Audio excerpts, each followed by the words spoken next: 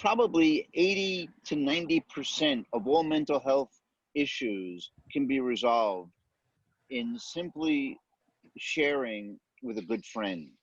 Many people don't have that good friend that they can share what's on their heart and mind, where they feel safe, if you will. There is an enormous amount can be resolved just with the closeness of a good friend.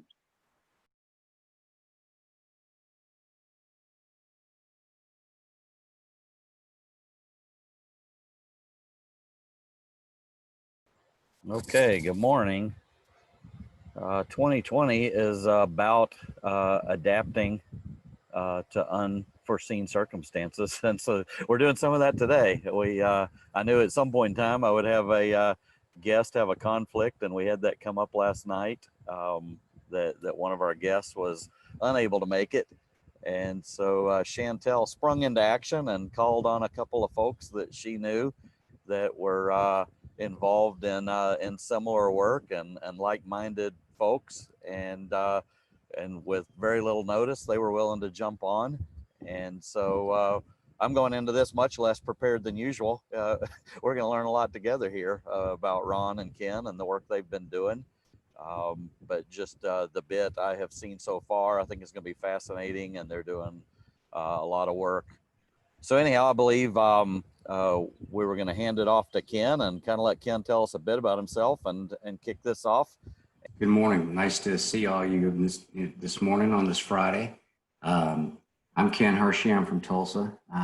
My profession is architecture engineering, and so you may want to be asking, well, why is this guy even interested in recovery and addiction and that kind of thing? And it's more than just recovery and addiction. I think what we're really talking about is, those people that have ensured that we have our way of life and the freedoms that we enjoy. So I got involved in integrated recovery because family members. My son was in the Air Force, and he suffered from PTSD and addiction, and so I got to learn firsthand about a lot of the peripherals around that. So I'm sure each and every one of you are well informed about what we typically hear and what's important on the news nowadays, what we hear of what people think is important. But I don't think you hear at all, and probably not much at all, about the 20 to 22 suicides a day that continue to happen from our veterans and active military. And that just continues day in, day out. As we look at that, that's a tragedy. Hardly anybody is doing anything about it, and you just simply don't hear about it after a while because it doesn't become the prime news to hear. But I can tell you there is one person that is dedicated his life to do something about that, and that's Dr. Ron Gellis. And so I'd like to introduce you to Ron. He can tell you more about his vision, his story. I'm sure you'll hear some things today that'll be enlightening. There'll be some stats and things, but he'll tell you about his story and about what integrated recovery is doing to help those veterans that are so important to us. Dr. Ron Gellis, I'm sure you've seen his summary of his bio. I'll let him explain who he is and so forth. He's the founder of Integrated Recovery, and I'd like to introduce you to Ron Gellis at this time. When I first found out about 22 suicides a day, I couldn't believe it. I was shocked. And I looked up where that statistic came from, and it came from none other than the VA. And this was certainly not a flattering statistic to them. And so I have been involved in the field of addiction for, well, actually probably since I was born. I mean, when you think about it from a developmental sense. And but fast forwarding to the here and now, relatively, 22 suicides a day is something that should be on the front page of every newspaper every day. These are 22 veteran suicides a day, and we just ignore it, relatively so. And we may hear about one death that, whatever the circumstance was, that really in some measure perpetuates a whole extended reaction. But we just ignore 22 suicides a day. And a lot of those suicides, and I would say that that's a devalued or an underestimate, because a lot of the suicides are suicides by drug overdose, intentional drug overdose, and it would not be recorded as a suicide. So it really remains to be seen what the actual number is. So I grew up in a family of what I would call the war zone. It was mom was a bipolar alcoholic, which if you know anything about either one of them, that's not the most stable environment. And so I learned very quickly what living in a chaotic situation was, and to me that was normal. I was a terrible student. I had dyslexia and ADHD, and so no reason to go to school. Why fail day after day? So, in some measure, there was no refuge for me. So I was one of those kids who was kind of psychologically dropping out of school, and probably the only saving grace I had once I got to 7th grade was I was a pretty good athlete. So, mental health and addiction go hand in hand. So fast forward to integrated recovery, I have committed myself to eliminating the suicide rate for veterans, and we've expanded it to integrated recovery has to first responders, because they commit suicide at a rate that's greater than on the line deaths in the line on the job function. So we're dealing with an epidemic here, and integrated recovery, I have been involved in the workforce of treating addiction for over 40 years. And one of the things that I have found was that the traditional path to recovery has been 12-step, and that's a great path, but it's a remarkably low success rate.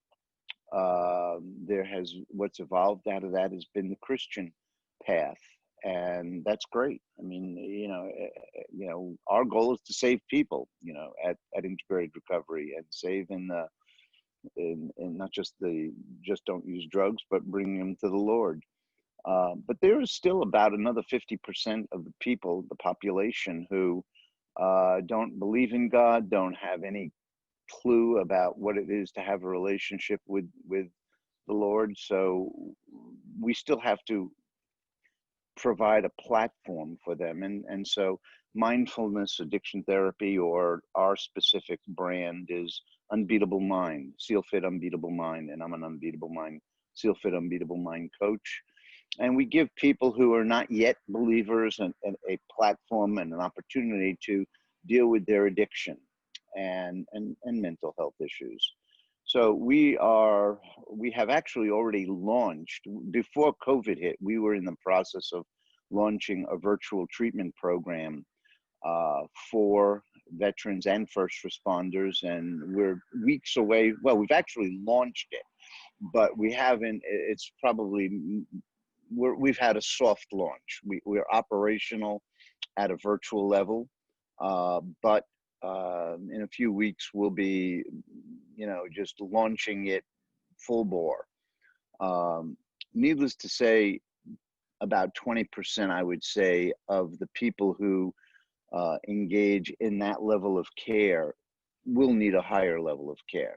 But 20% is a pretty big statistic for those people who don't have to leave their family, they could even continue working in some measure. I mean, each individual presents their own challenges in recovery, but 20%, it's a front door to recovery.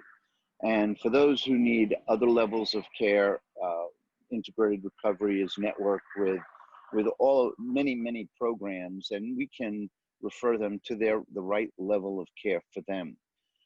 So in very short, short snapshot and overview, that's who I am. And I'll say one last thing, and then just leave it to you folks to ask or comment on anything I've said.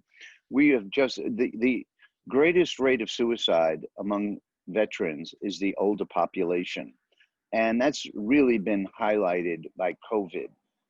The older population, and men in particular, do not reach out for help, and so they kind of die a very quiet and unfortunate, painful death by suicide, and drink their way into oblivion as well.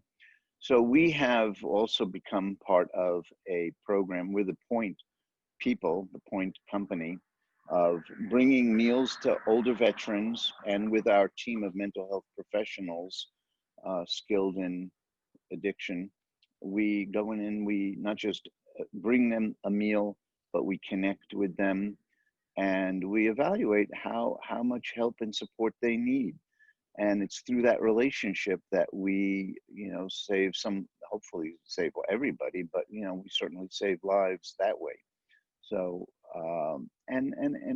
saving there's a save in the small s, and then there's save in the capital S. So that's who we are. That's what I do. And, my professional title is I'm clinical forensic and sports neuropsychologist. And so that's pretty big, that's a fair overview, I guess. One of the things I think we won't know for a while is the fallout of this year, psychologically, mental health wise, on our broad population, because folks right. aren't meant to be secluded like they have been, and even people that maybe had gotten help and had a structured life, it's all been destructured now. They're back home, they don't necessarily have the same routine. I guess two questions. One, how do we all know and maintain contact with the folks on our teams? You got a lot of business leaders here, a lot of community leaders here.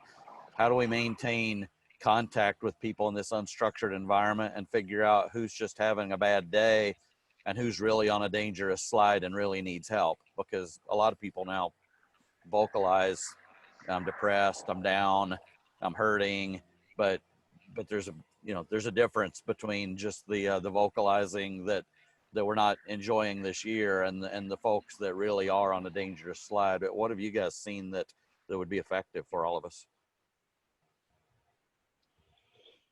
Well, that if I may jump in, that's the challenge, because the people who are at greatest risk are the people who are least visible, and being invisible in some measure is a developmental phenomenon. It goes from visible to invisible. So, for instance, some veterans may be involved in an American Legion post, or and they may.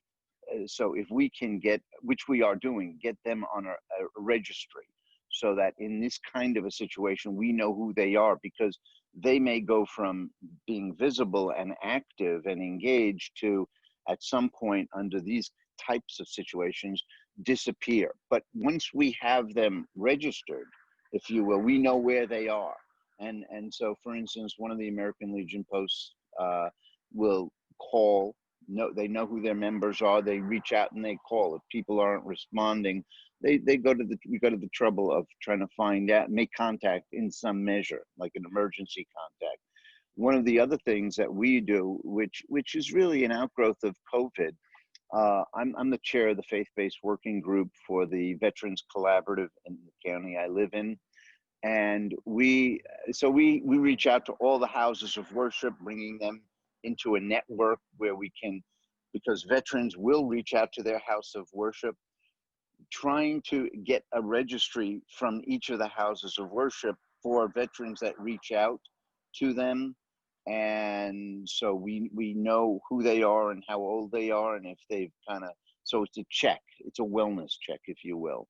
But but these are things that are the part of the challenge of, it's really search and recover. In military terms, you're trying to find out who's lost in action. Where are they behind enemy? Where are they? How do we get them? How do we reach them? These are the challenges. One of the things, and I've had talks several times, even with folks on this call, this is a really tough year to be a first responder, and particularly to be in law enforcement.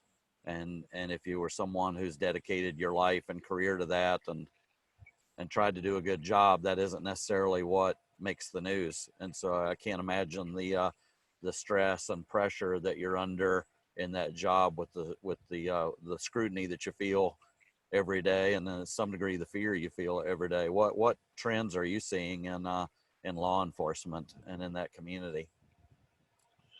Well, it's demoralization, and we have to expand that. It's not just the one law enforcement officer that goes out into the community. It's a system. That individual is leaving behind family members, and they're affected. And one of the overlooked phenomena are the kids, for instance. Dealing with on a daily basis, is my dad or mom going to be okay when will they come back? And I do a lot of work with the kids at Camp Pendleton, Marine base, largest Marine base right out here in California. And very typically, the kids don't have a voice. Some of the part of the work that I do with the kids is getting them to articulate the fear and anxiety they feel, and when their mom or dad is deployed. And for a first responder, it's a daily deployment. And they don't, especially with what's going on in this country and what they see on the news, the way first responders are being attacked, it's to use a term, it's deplorable. It's despicable and deplorable what's happened, what they are being exposed to, and in some measure in an unprotected manner. Above and beyond the fact that in any profession there are individuals who don't represent their profession well. You can't throw the baby out with the bathwater. By and large, they're doing a great job, and unfortunately, you have some unfortunate incidents and individuals who misrepresent the profession as a whole, and so for the kids and the family members left behind on that daily deployment, it's a horrible experience for them. So, to answer the question a little more briefly, there's demoralization, and that's why you're seeing so many people from first responders resigning,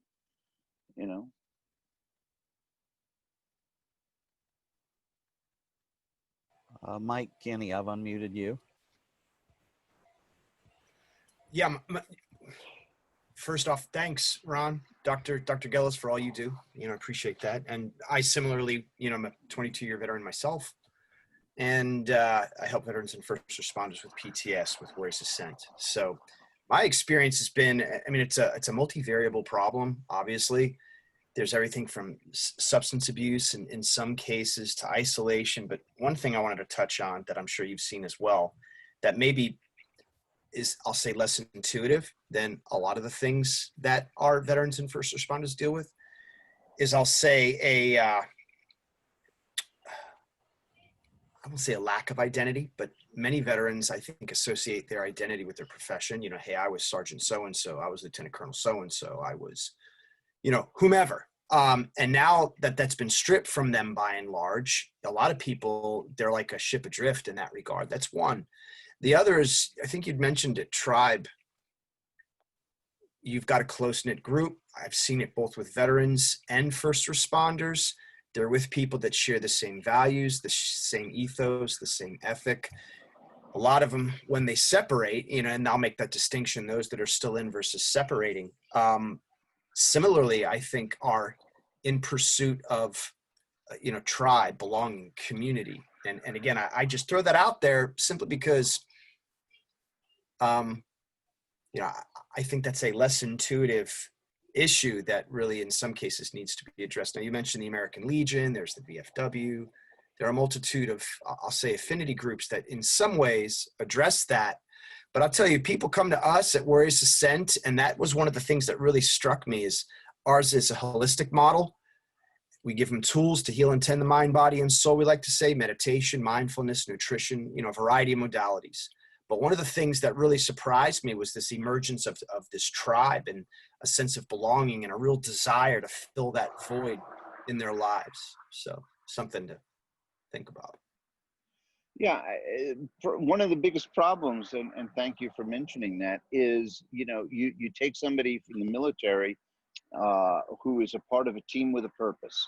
And those two things, team with a purpose, that goes a long way. You come out of the military and you've lost your family, you've lost your team, so to speak. And in some measure, you have to repurpose yourself. So, one of the things that, our banner at Integrated Recovery is hope, connection, purpose. Just under those three words unfolds a broad, powerful dynamic. Hope, connection, purpose. You have to repurpose yourself, and you don't get to repurpose yourself typically before you've connected. And typically you don't connect till you've reached out with some, what I call the reach of hope. Reached out to someone who can guide you, mentor you into connecting and repurposing yourself. That sounds like something that as business leaders and organization leaders on here, though, folks can do is create a sense of purpose in their organization, recreate that sense of team where you do have something that you get up and you feel like you belong to. That seems like an important segue into Mary's question then, which is what can we do? So Mary?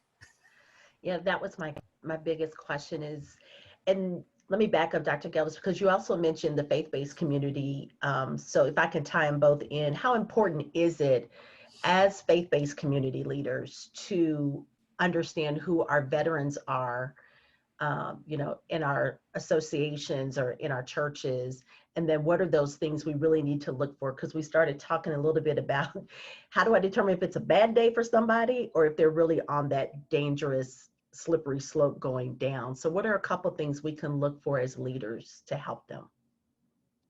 Well, we don't have to have taken a class in psychopathology. We, as people in the community, we have an intuitive sense of, which is a bad day, and a bad day is a bad day. And, the next day you may hear their mood is remarkably improved. But once you hear a consistent low mood, a depressed mood, and thoughts of hopelessness, those are keys. And I know that one of the things that operates throughout the country, there are mental health first aid or suicide first aid, for instance, that's made available in training to churches and various organizations to help lay people identify what are the signs and the signs of that suicide red flag. And really it comes down to isolation. Isolation is the key. And the paradox of isolation is, how do you reach the people who are hermetically sealed off? Those are the challenges. It really is a search and recovery mission. How do you find them and how do you retrieve them? That's the key. And it's, you have to be intentional first and foremost about it. And faith-based, there are a good many people, veterans and first responders, who, whether they're believers or not, will reach out in desperation to their house of worship. So part of it, and certainly it's what we're doing in Orange County, California, as chair, is bringing in those houses of worship into a network, informing them of what are the signs of those individuals. And first, as I said, find them. You got to find them. And then you got to retrieve them. Search and recovery. Search and rescue. Nick Crosby. Thanks, Randy. Hey, Dr. Gellis, 30 plus year Army veteran. Thank you so much for making this a poignant effort to make people aware of what's going on. I got out over a year and a half ago, and we have a group that gets together once a month for breakfast. Even through COVID, we were able to do that.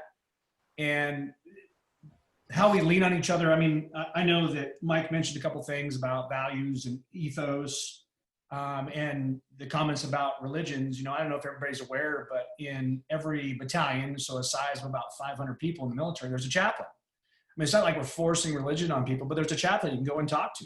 And just like that you would go to your church chaplain or your priest, is you're able to communicate with this person. It's not really a counselor. It's just a person you can talk to that doesn't have to tell anybody about things, what's going on, unless obviously someone's life is in danger for suicide. So there are a lot of, you talk about isolation. There's so many assets in the military, any branch, that provide those assets and resources to an individual soldier so they don't feel isolated. The daily check-in, the daily formation, I know those things aren't existent in business, but how do we make those prevalent in our businesses today? We talk about leadership by walking around. Walking around your business is checking people, get to know your people. How, as a leader, how many people do you come in contact with? What are you talking about on a daily basis? Do you really care and understand their backstory? And I know, Mike, you were in the military. Thank you for your service as well, 22 years. But all those things, I think, as business people, as we have a rucksack full of tools when we leave the military and we apply those to the business world, are so effective. It changes culture. It changes hey, people actually care about me when I go to work. But the importance of our breakfast is, we're all not close friends in our breakfast, but everybody networks with someone else that knows someone. And the ability for me to call my buddy Rick or Sam or someone in the group and go, hey, dude, I don't know if you know what's going on with him. He didn't sound right on the phone. Then someone else will call him. And we maintain those small tribes. And we all got out about within 12 months of each other retired. So we maintain that connectivity in that very small tribe within the larger organization. But if you don't have the ability, I know someone asked about what do you look for? Is well, what are you doing to look for something? That you can have a checklist, but unless you're applying your checklist in the appropriate way, checklists are just checklists. So, that's my leadership pitch. And I tell you, what you're doing, yeoman's work. Thank you so much. And I appreciate that you bring it again to our awareness. Well, thank you for your service. And you mentioned you have to be intentional. There are MIAs out there. You have to be intentional about going to find them. And especially with the older population, which represents the highest suicide cohort of the 22 a day, 20 to, and that's probably a deflated statistic. The other thing I want to bring out on the table is, which is shocking, 25% of all women who serve have been sexually assaulted by another service member. Typically, they're NCOIC or whomever. And statistically, that's the percentage, 25%. But statistically, more men in the military have been sexually assaulted by another service member. These are just just astonishing realities. So we have to be intentional. We just can't sweep things under the rug. And until you see these things day after day, if you will, in the newspaper or in media, we're sweeping it under the rug. We'll hear day after day about one very unfortunate incident regarding one person, but these are our service members. What are we doing intentionally to protect them and to go after those who are missing in action? Well, Doctor, you've hit on several things, and there's been a lot of people that have brought forth their thoughts on, especially the management by walking around. And I did that as a chief officer and in law enforcement. And one of the things that I would do is even after a big event, a huge event, or even the smaller events, is I would watch crews. And it's so important that you just don't say, well, they handled the job well. It's looking at the people. The job may have been handled well, but the people may not be able to handle it well.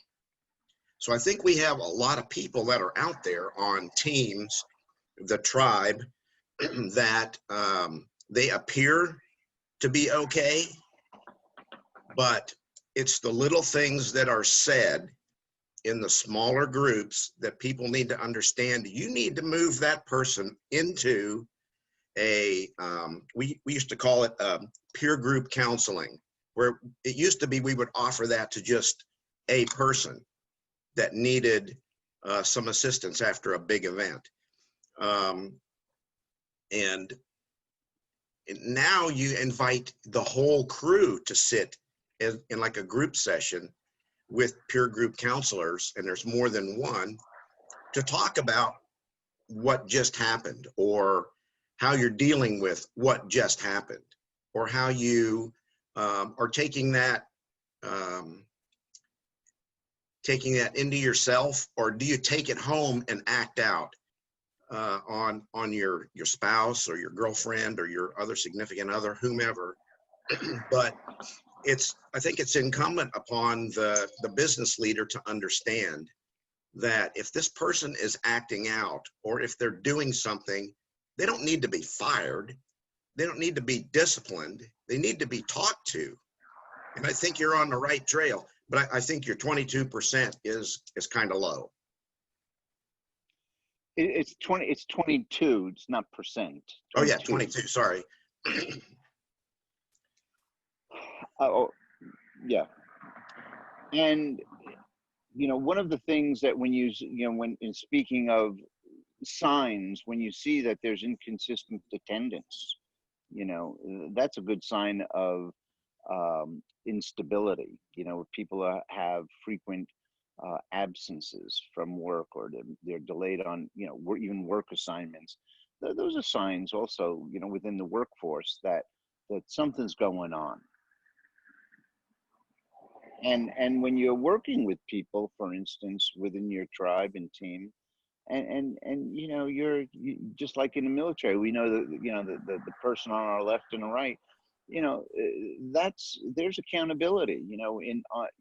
We have, in our mindfulness, we put people in boat crews, and everybody has a swim buddy. There's an accountability factor. And you are accountable for your swim buddy. If your swim buddy falls down, it's your job to help him. Right. Well, I think that's one of those important things that as a business leader, or as a business team lead, that you're able to recognize when a person is in that zone, in that I don't want to call it a PTSD zone, but in that zone where they're actually sending you a message to talk to me. And that's tough. You have to really watch that, but it's tough. And there are a lot of people out there that really need that talk to me. And the attitude of suck it up, box it up, move on is prevalent, certainly among men. And I know that I personally, lived that way for a good many years. Suck it up, box it up, move on. There was no problem I couldn't handle that a good strong drink couldn't fix. And it took a while for me to realize that, that's not the solution. That becomes the problem. And even as a professional, once I realized that, once my commanding officer who spoke to me many, many years ago, and I, sharing his personal recovery, did I become aware of my own PTS, if you will. And the amazing thing was, I lost a daughter about 4.5 years ago, and having worked through what I consider to be a lot of my previous PTS stuff, I reverted right back to suck it up, box it up, move on. Even though I'd had decades of working with PTSD you know, that is our default. That's my default, and that's what. And in some measure, you know, on assignment, for instance, whether you're a first responder or military, you know, there's very rarely a debrief afterwards. You know, people, you know, you're tired, you don't want to talk about it. And those are things that we need to make more available, the brief and the debrief. What's going on?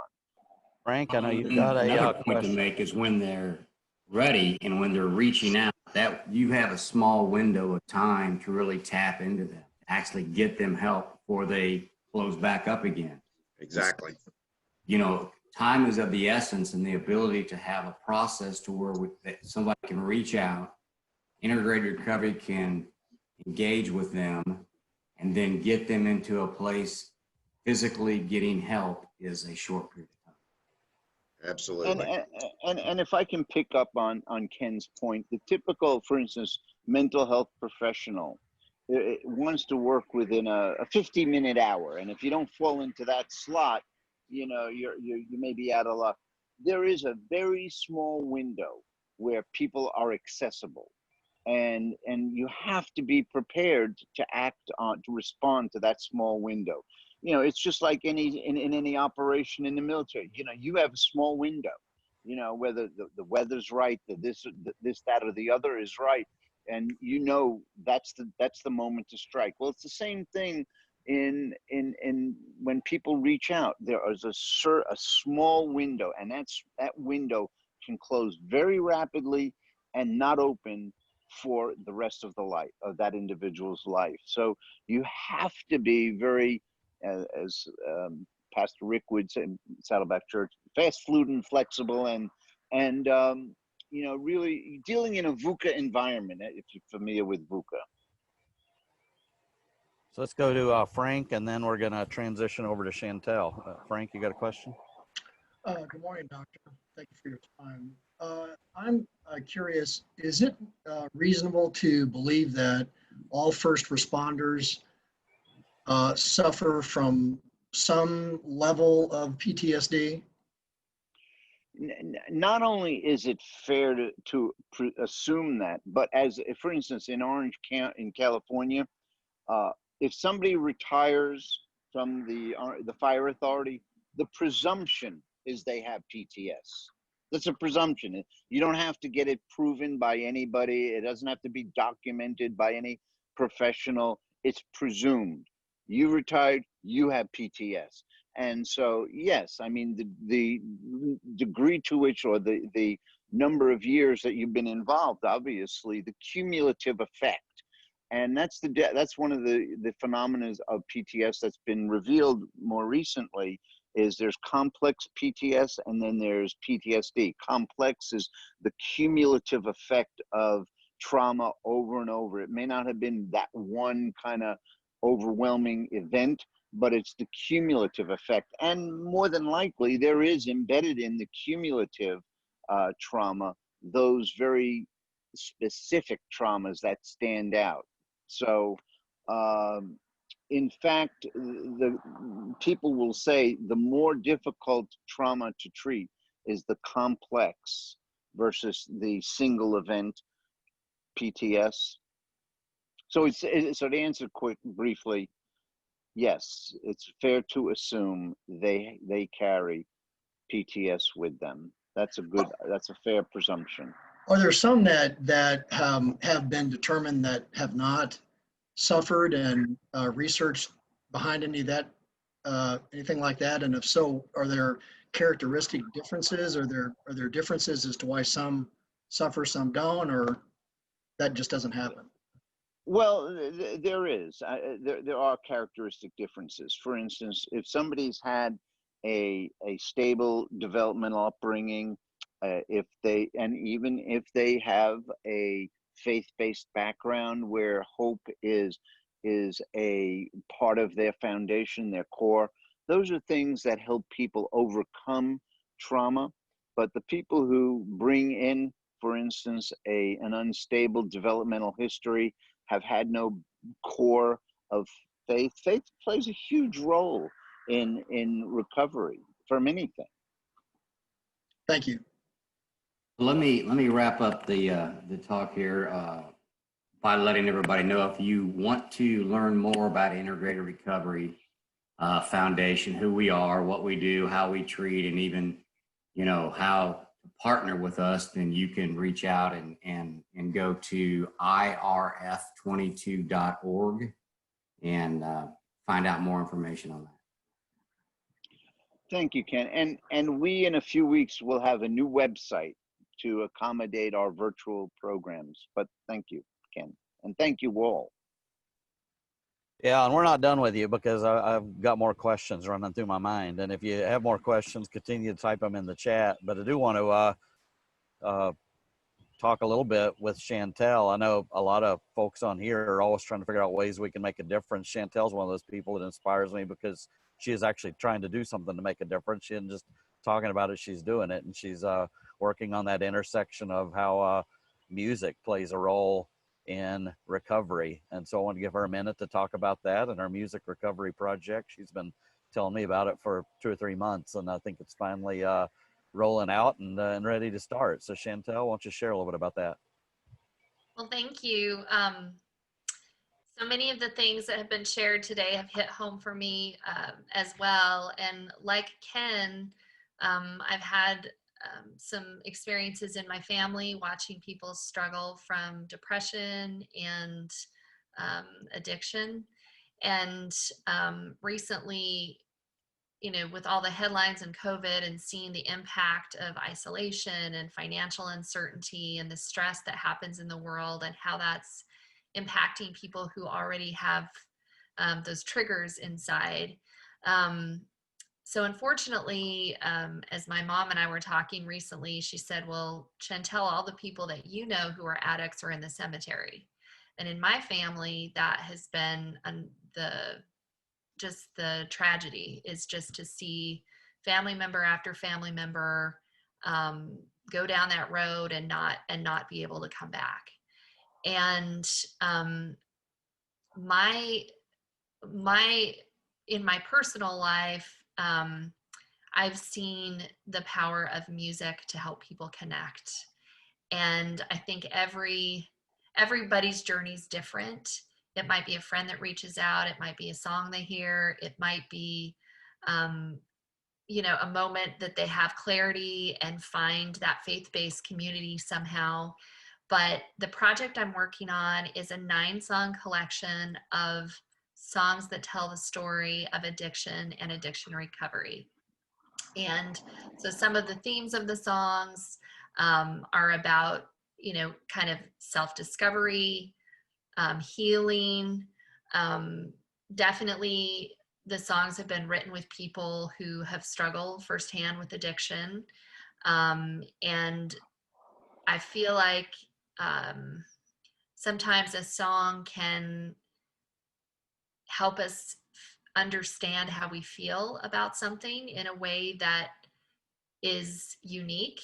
And I think all of us have had that experience of listening to the radio and saying, you know, that song just told me about my life. And that's what these songs are designed to do. And it is a crowd-funded project. And the way I've really made sure there was a direct link to actually help people in recovery is for each level, there's a direct link for getting that music into the hands of people in recovery programs, whether it be the actual music in a form that they can have with them, or if someone wants to sponsor a concert that I could do either in person or virtually for an organization, that's part of it too. So I feel like this is an opportunity to me to reach out and help in the ways that I can as a singer-songwriter, hopefully touch hearts and connect people through music. So I'll let Randy, if you wouldn't mind, putting the link in the chat of that page on my website where people can find out more about the project and make a donation if they'd like. And I also, because of Integrated Recovery and the work that they do, for the next week, I'll be donating any musical proceeds from the project directly to them to use how they see fit in their recovery programs, whether it's giving the music to someone as they enter recovery or potentially using it in other ways. So just want to thank everybody. And because I'm a songwriter, I'm just going to play you one of the songs, if that's okay. So this song is actually very much about discovering faith, which I think for a lot of us, we understand that, and kind of rediscovering hope. And it's called The Church at the End of Trouble Road.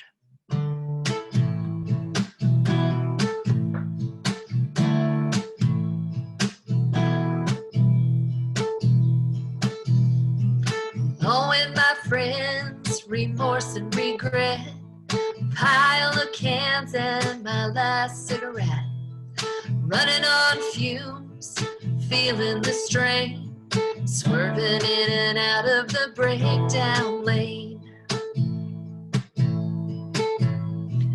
out of control and spiraling down, no sense of direction, but somehow I found the church at the end of Trouble Road, where I learned about forgiveness and letting go. That old stone Billy rocks my soul.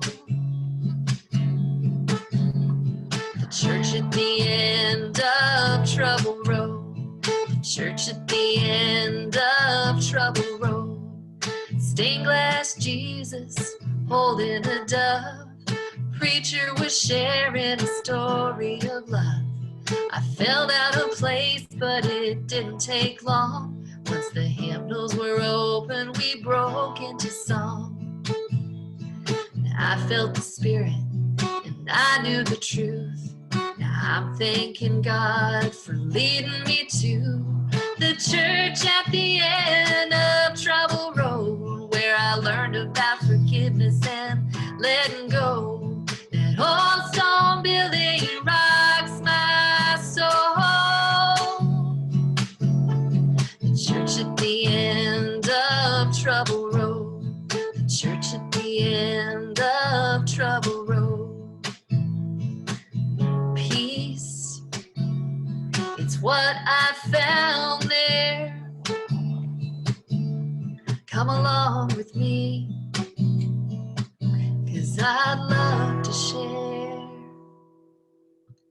The church at the end of Trouble Road, I learned about forgiveness and letting go.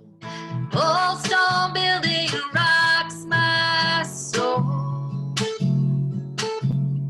The church at the end of Trouble Road. The church at the end of Trouble Road. Met the Father, the Son, and the Holy Ghost. At the church at the end of Trouble Road. Church at the end of Trouble Road. That's awesome. Thank you. Beautiful. That's my first Zoom concert. I think. I'll remember this moment. First Zoom concert. That'll be a trivia question someday. What was your first Zoom concert? You know? So it will be you now. That was great. What kind of feedback have you been receiving from the project? I know you've been talking to folks. I know you've called me and wanted to meet different people that have battled addiction. And so you've been compiling stories. How's that gone? It's gone really well. So of course, you know, to record the songs, to be able to give to people, there's a cost associated with it. And within the first, you know, week, we're about halfway there to the funding goal. So I've just been very touched by that. I think that it's, you know, as I've performed a lot for veterans, and people in addiction recovery and abuse recovery sessions. And I feel like, you know, there's something interesting that happens with music, and it kind of has the ability to open your heart. And there are moments of self-discovery that can happen. And I certainly, you know, I just am grateful for the opportunity to help in a way that hopefully is touching to people, and just grateful for the support that we've received. And, you know, I will say that there's just one little lyric that I want to read from another song on the project. And to me, like, this is what we're all here for. And the lyric says, sometimes it's the guilt, sometimes it's the pain, sometimes it's a prayer somebody else prayed. One day you wake up enough to get help. Every road's different that leads out of hell. And to me, that's the beauty of this. For all of us together, we're providing ways for people to get help, and ways for people to take that road out of hell in their own lives. And I think, you know, we all have those experiences as humans, so we maybe can't relate to everything, but I think that we all know what hurt is, and we all know what sadness is, and I feel like at least we can identify on that level. That is Amen. great. Thanks, Shantell.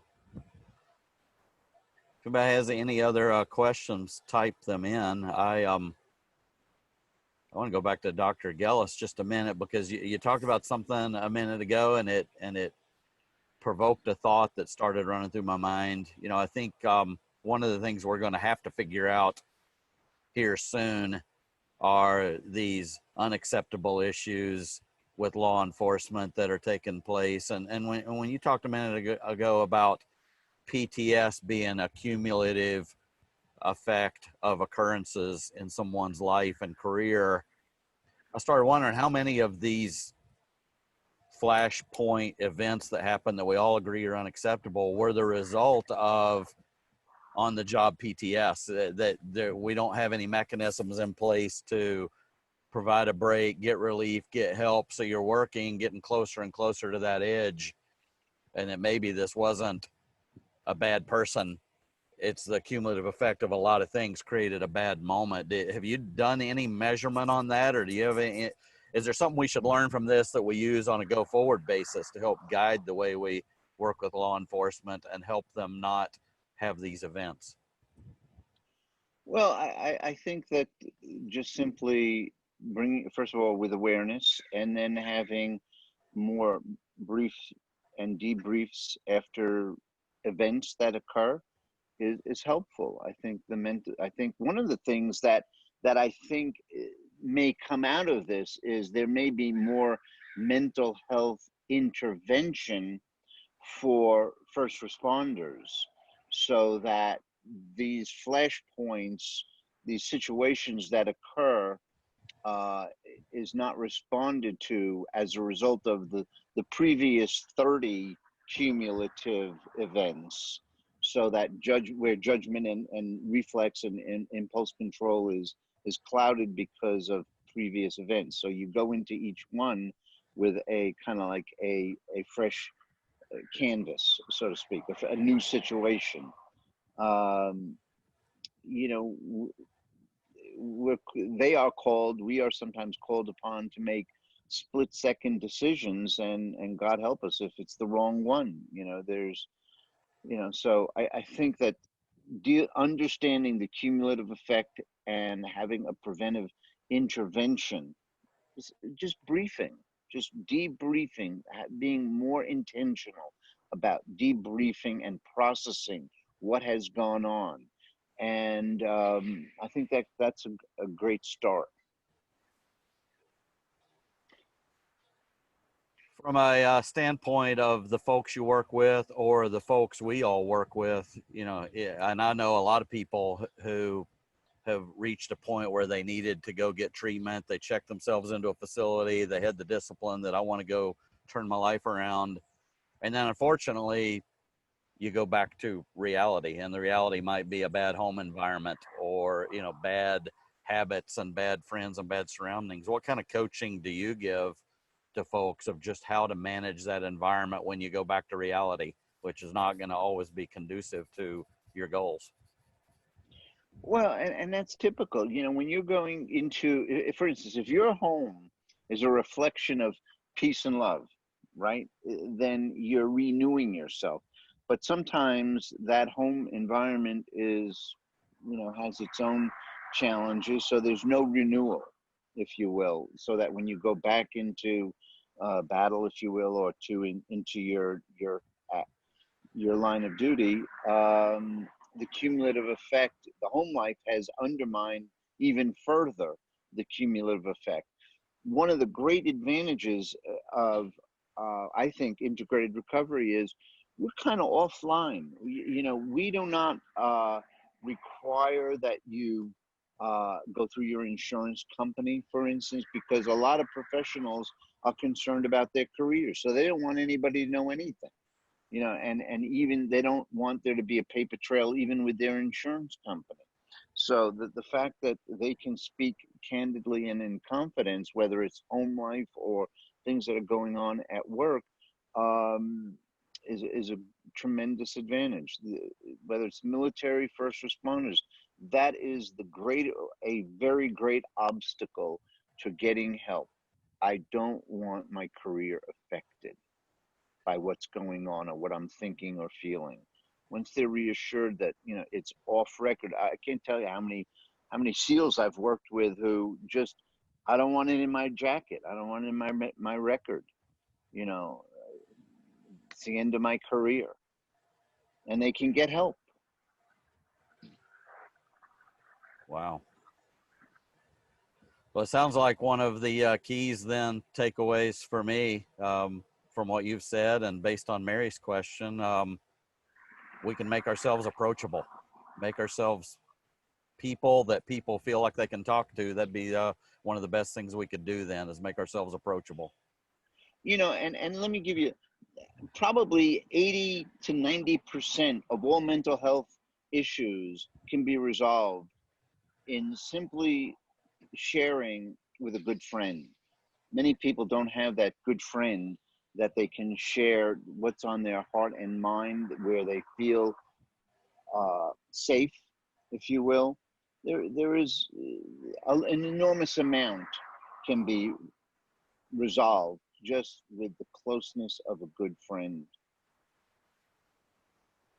I don't mean to slam the mental health field, but that's true. Well, the folks on this call, I know, are good friends. I see them do this all the time, and even some of the ones I've already had to drop off. We got a lot of great listeners and a lot of great, compassionate, caring people on here that I know interface with their teams and their community that way. And so it's encouraging to me to see what you're doing and what Shantell's doing, and it inspires me, I hope all of us, to be good listeners and be ready. When you say we've just got that one little short moment to be there, I want to make sure I answer the phone or answer the text and not miss that moment. So it's a lot of responsibility for us to be ready when the moment comes. Yes. Well, thanks a lot. Any last comments from anyone? All right. Well, I enjoyed it. This was great. This was inspiring. I really appreciate all of your messages today. It was awesome. Thank you all so much. All right. Well, everybody have a great weekend, and I'll see you next week. Bye-bye. You will. Thank you. Thank you. Bye.